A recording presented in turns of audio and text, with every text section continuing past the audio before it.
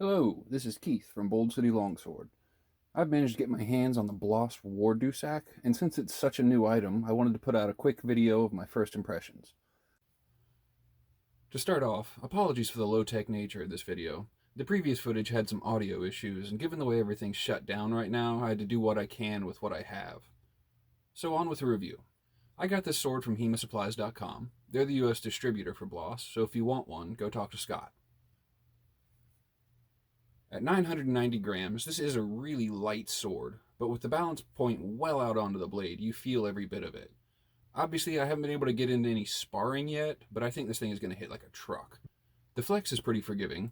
I don't have specific numbers on it, but just as an example, as a marshal in the SCA, I'd pass this for cut and thrust no problem, with the usual SCA caveats of, like, go talk to your local marshals first, but it's pretty promising. However, another member here at Bold City got one as well with a different blade style with a pronounced false edge, and it is both slightly heavier and stiffer, so be aware of that.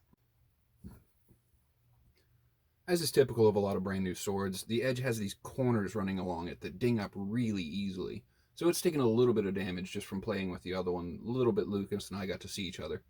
But a little bit of filing and that should be taken care of, and eventually it'll stop taking those as those corners wear down. There's an extremely shallow fuller running the length of the blade, almost like a hollow grind.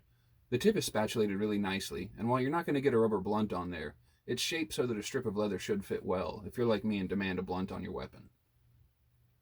The hilt has the same fullering effect on larger pieces like the cross to cut weight, and it just makes for a nice look.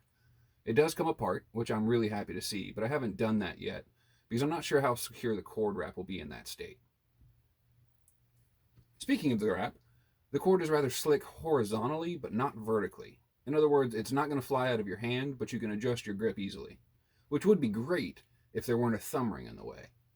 If you're a saber or a broadsword fencer, that may be a plus for you, but Meyer has a few grip transitions that would be really awkward here. On the topic of the thumb ring, mine has a crack in it, so maybe it'll just break off for me, but all the other welds look really good. I was able to fit a pair of extra large red dragons into the guard, both looping a finger onto the ricasso and not. So unless you have absurdly large hands or fence and boxing gloves, there's plenty of room in there. Overall, I'm quite pleased with it, and can't wait until Lucas and I can start beating each other senseless with them.